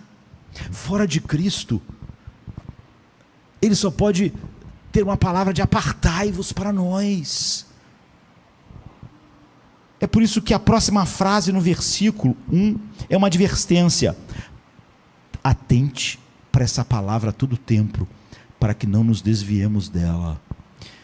Por essa razão devemos prestar muito mais atenção no que ouvimos, para que não nos desviemos dela. A primeira razão para prestar muita atenção ao que ouvimos na palavra de Deus em seu Filho, é que o Filho é infinitamente maior do que os anjos. Ele é o Criador, sustentador, dono, governador, governante, redentor. Portanto, como você poderia não querer ouvir? Como tem pessoas que queriam ver um anjo, não é? Se eu visse um anjo, se um anjo falasse comigo. Como assim? Como assim? Anjos? Preste atenção, não é? O autor está dizendo, você vai cair na destruição, se você não mantém seus olhos fixos, se você se desvia da verdade final revelada pelo Pai em seu Filho. E agora vem a segunda razão para prestarmos muita atenção ao que ouvimos da palavra de Deus por meio do seu Filho, porque se não fizermos, estamos perdidos. Não é que você vai ser menos espiritual, um cristão não tão como devia ser. Portanto, convém-vos atentar com mais diligência para as coisas que já temos ouvido, para que em tempo algum nos desviemos dessa palavra, não é? Porque se a palavra falada pelos anjos permaneceu firme, e toda transgressão e desobediência recebeu a justa retribuição, como escaparemos nós, se não atentarmos para uma tão grande salvação? Considere essa palavra. Ele usa a palavra à deriva, ficar à deriva. Significa flutuar, o que é um pedaço, um tronco de árvore no rio. Ele diz, sem a palavra, sem os olhos fixos nela, sem essa palavra enchendo a sua vida, você vai ser como um toco num rio. E ele flutua indo em direção ao contrário a um barco que está subindo o rio, né? Porque o toco está indo com fluxo. Não é preciso de vida para flutuar, querido. Ele está dizendo o seguinte, sem os olhos fixos em Cristo, sem essa vida, está todo mundo flutuando, porque você não precisa de vida para flutuar, você só precisa estar lá, você é levado. Hebreus diz que se não prestarmos atenção à palavra de Deus, nós vamos ficar à deriva, nós estamos à deriva, nós estamos sendo levados pelo fluxo, vamos nos afastar da palavra de Deus. No final do dia, é óbvio que tudo que a maneira com que você reagiu, como você lidou com as coisas, ou como você está lidando na vida com o que está chegando, é óbvio que não está expressando o que Deus é. Você está sendo levado. Todos nós conhecemos pessoas com quem isso aconteceu. Talvez algumas estejam aqui nesta noite. Talvez algumas estejam ouvindo pela internet. A pessoa, ela não tem urgência em olhar. O coração dela não está cativado. De tal maneira que ela faz provisão e tem urgência, não é? Para ouvir, olhar, meditar e fixar seus olhos em Cristo, na palavra final de Deus. Nenhuma escuta focada, nenhuma escuta considerando ou fixando os olhos em Jesus. E o resultado não é ficar parado, minha vida espiritual está estagnada. Não seja tolo. A vida de ninguém está parada, estagnada, não é? O que acontece é que nós somos levados pelo fluxo. Se você não está pensando como Deus, está pensando como o mundo. Se as tuas opiniões sobre a alma não são as de Deus, certamente é a do mundo. Você não está parado. Ninguém está. Esse é o ponto aqui. Não há como ficar parado. A vida não é um lago. A vida é um rio. E esse rio está fluindo para a morte. O rio está fluindo para a destruição. Se você não ouvir Cristo, se os seus olhos não estão fixos, se o seu deleite não está lá, se você não ouve com seriedade, não considera diariamente, não fixa os olhos nele de hora em hora, então você não vai ficar parado, você não está parado. Você está sendo levado, você está à deriva, você está sendo carregado, e você vai chegar no mesmo lugar que todo mundo está chegando. Todas as coisas mortas nesse rio. A deriva é uma coisa mortal, não é? Na vida cristã. E o remédio para isso, de acordo com Hebreus 2:1, é: preste muita atenção no que você ouviu. Preste muita atenção no que eu falo. Não é? Do que eu falo em meu filho, do que eu falei definitivamente. Isso é, considere o que Deus está dizendo em Cristo diariamente. Fixe seus olhos no que Deus está dizendo e fazendo no Filho, e somente no Filho. Esse não é um golpe difícil de aprender para que possamos nadar contra a corrente do pecado e da indiferença. Você tem que ouvir e fixar os olhos. É a única maneira de você ir contra o fluxo da morte, da indiferença e a corrente do pecado do nosso mundo. A única coisa que nos impede de nadar assim é porque nós queremos flutuar em outros interesses que não é Cristo. Mas não vamos reclamar que Deus não está falando, queridos. E nem diga que Deus te deu um trabalho árduo, porque Ele disse: ouça, fixe os seus olhos, dê atenção. Nada disso é árduo, a não ser que você tenha que dar atenção, ouvir quem você acha chato e desagradável. Mas não é cansativo, não é algo árduo ouvir, fixar em algo que você acha lindo, ouvir o que você acha belo, ouvir o que você acha inteligente. Ouça, considere e fixe os olhos. 3 coisas. Nenhuma delas difíceis. Se na última semana você não ouviu, não considerou e não fixou os olhos, não diga a Deus que porque a vida foi difícil. Você ouviu, considerou e fixou os olhos em outra coisa. Todos nós ouvimos, consideramos e fixamos os olhos em algo. Isso não é o que você chamaria de uma descrição difícil de um trabalho. Não é uma descrição sequer de trabalho. Você não acha que ouvir algo seja um trabalho. Não acha que ver algo que seja agradável, você não acha que é um trabalho. Ninguém sai de férias e senta lá na cadeira, em frente ao mar e pensa: que trabalho horrível, estou cansado. Que esforço olhar o mar. Não, porque olhar não é um trabalho. Fixar os olhos no que achamos belo não é um trabalho. ouvir o que achamos lindo não é um trabalho. É um convite solene para sermos satisfeitos em Jesus como Deus Pai é. Para que sejamos atraídos de tal maneira que não somos levados pela corrente do mundo, como todos os outros. Nosso trabalho, entre aspas, é estarmos satisfeitos com Deus em seu amor. Jesus Cristo. Olha o trabalho. Nosso trabalho é estar satisfeito em Cristo. Você um dia vai dizer para Deus que era algo muito árduo, ou que era desagradável. Uma das palavras mais poderosas para mim é uma simples oração do Salmo 90, verso 14, que diz: satisfaz-nos de manhã com a tua benignidade, para que nos regozijemos e nos alegremos todos os nossos dias. Ou em outra versão: satisfaze-nos pela manhã com o teu amor leal, e todos os nossos dias nós cantaremos felizes. Parece alguém fazendo um trabalho árduo, a oração de Davi. Nos satisfaça com a tua face, nos satisfaça com a tua beleza, para que a gente passe o dia cantando feliz, Deus. E a face de Deus é Cristo.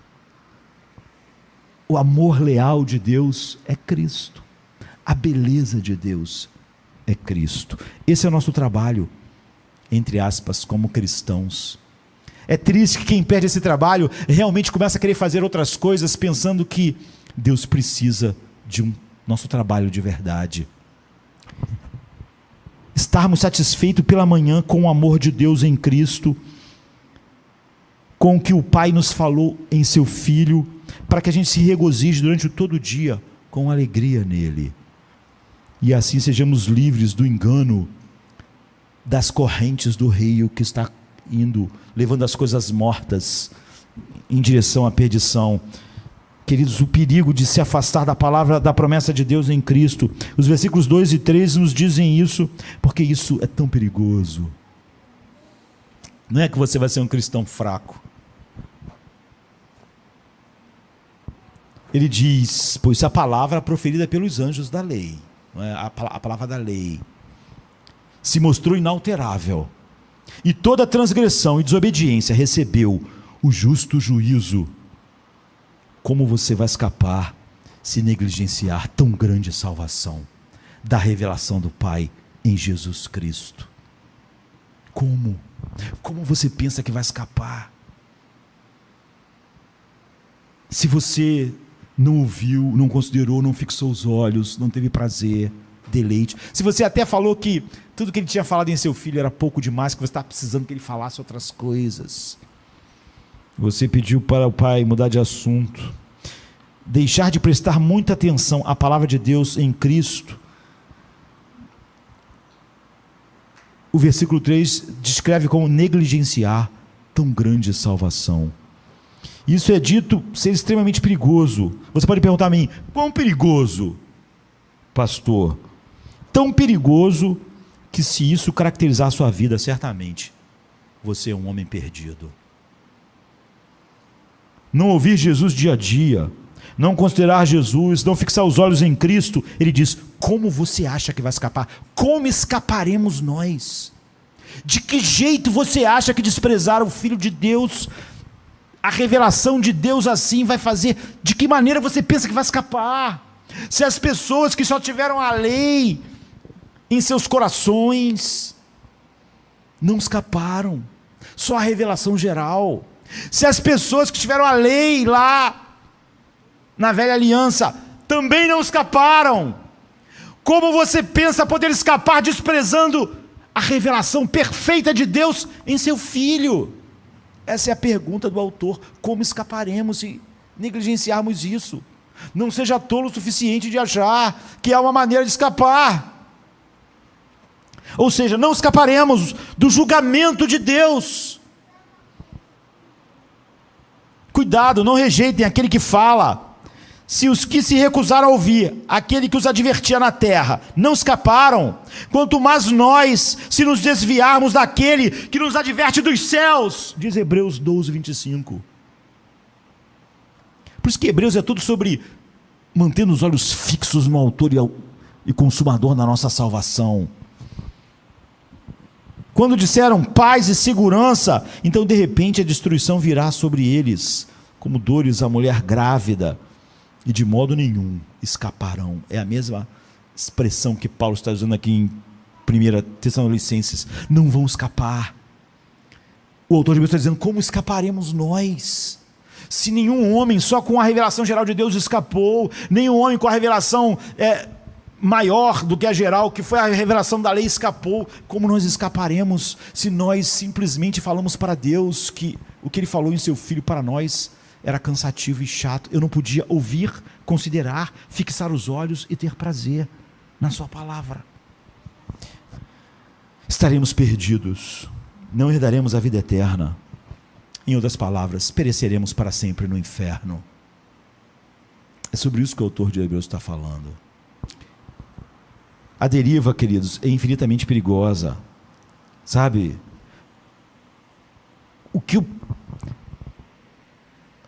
pudesse fazer para despertar todo mundo para ser alegremente vigilante em viver a vida cristã. Aí não venha me perguntar: o que eu tenho que fazer? Eu tenho que sair junto com os outros irmãos para fazer alguma coisa? Olhar para Jesus, considerar Jesus, ouvir Jesus. Então você vai saber o que fazer todos os momentos da sua vida, e não nas agendazinhas que eu vou programar para você fazer. Você vai manter os seus olhos fixos.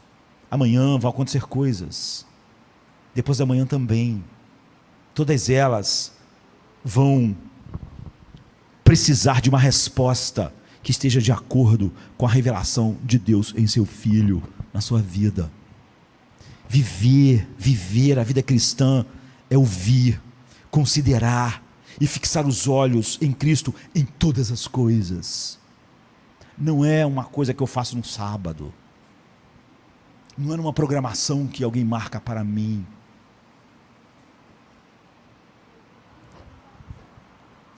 Seu jugo é suave, o seu fardo é leve. Quão fardo? Se você perguntasse quão suave é o fardo de Jesus, ouvir Jesus, você acha pesado? Ouvi-lo? É tão leve, o fardo de Jesus é tão leve quanto olhar para a face dele. É tão leve quanto ouvir sua voz. Mas se nós negligenciarmos essa grande salvação e gostarmos de fixar nossos olhos em outras coisas, ouvirmos outras coisas, considerar outras coisas, providenciar para ouvir, considerar, fixar nossa mente em outras coisas, então nós não escaparemos. Não escaparemos. E toda essa sensação de que nós vamos escapar é uma tolice, porque nem aqueles que tiveram apenas uma revelação geral ou uma revelação na lei escaparam. Nós pereceremos, porque a marca do verdadeiro Filho de Deus é que ele não é levado, ele não vagueia com o tempo. Se você está à deriva hoje, se você está à deriva porque você não olha, não ouve, não considera, não fixa os olhos em Cristo, um dos sinais de esperança de que você nasceu de novo é que você não vai viver assim. Nenhum filho de Deus fica à deriva.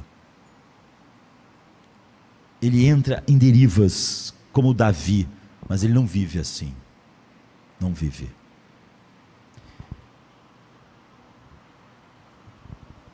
Há um desejo crescente em seu coração, no coração do Filho de Deus, de voltar seus olhos para Cristo, de fixar seus olhos nele, de ouvi-lo, de considerá-lo. É a marca da habitação do Espírito Santo em nós, porque é a ele que o Espírito Santo nos leva, nos dirige. Foi para isso que ele abriu os nossos olhos.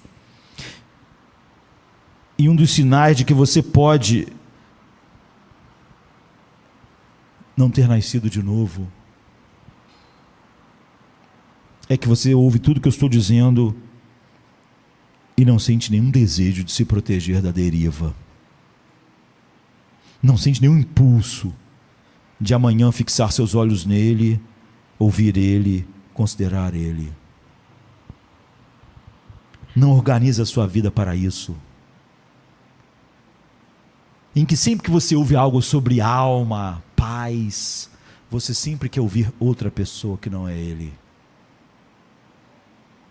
E você sempre acha as opiniões dessas outras mentes, no mínimo, competindo com o que ele diz. O argumento dado no versículo 2 sobre por que a gente não vai escapar se nos desviarmos e negligenciarmos tão grande salvação, o argumento é esse: porque se a palavra falada pelos anjos se mostrou inalterável, e toda transgressão e desobediência recebeu uma justa recompensa, em outras palavras, se naquelas sombras do Antigo Testamento todos ficaram indesculpáveis, agora que ele falou diretamente em seu Filho, ele falou através de mensageiros intermediários, a lei e anjos. Hebreus diz que os anjos estiveram envolvidos na revelação disso. No entanto, a firmeza daquela palavra ficou inalterável. Era tão grande que toda a negligência, aquilo sofreu a ira infinita de Deus. Agora algo muito maior aconteceu. Deus não falou conosco através dos anjos. Ele não falou por mediação. Ele nos falou em seu Filho. O próprio Deus se levantou do céu, deixou o seu trono, se esvaziou, desceu. Agora esse escritor disse: negligenciarmos essa palavra, seremos muito mais culpados do que todos os habitantes de Sodoma e Gomorra, de todos os homens que viveram em Israel na época da lei, ou de todos os pagãos que viveram em todos os lugares, em todos os tempos. Porque nós negligenciamos uma tão grande salvação que eles jamais sequer puderam imaginar. Eles viram sombras. Assim como sempre na Bíblia, Deus graciosamente está nos dando nesse livro incentivos positivos e negativos para abraçar nossa grande salvação e ouvir nosso grande Salvador. Negativamente ele diz que pereceremos se não ouvimos, consideramos e fixamos os nossos olhos na palavra de Deus final que está diante de nós. Positivamente ele diz que essa palavra é tal que como alguém poderia não querer ouvir essa palavra. Quem está falando é o Criador de todas as coisas. Quem está falando é o sustentador de todas as coisas. Quem está falando é o herdeiro de todas as coisas. Quem está falando é o governante de todas as coisas pelo direito de majestade infinita que ele tem. Ele é o purificador de todos os nossos pecados, sofrendo sobre ele mesmo a ira infinita que era nossa. Nós não confiamos nele, na sua mente, em seu ser, em quem ele é. Como não querer prestar atenção na única coisa que vale a pena prestar atenção, não só agora, mas por toda a eternidade, como o Pai tem contemplado o seu Filho. Então ele diz: como escaparemos? Então, queridos, não há nada mais trágico do que dizer: eu estou precisando que Deus fale comigo, porque mostra uma escuridão tão grande. E ao mesmo tempo, a vida cristã é ouvir, considerar e fixar os olhos em Cristo e enxergar então agora todas as coisas, e isso regular tudo que a gente faz. Não é um trabalho árduo ouvir quem nós amamos, considerar quem nós amamos e contemplar a coisa mais linda que pode ser vista. Vamos ficar de pé.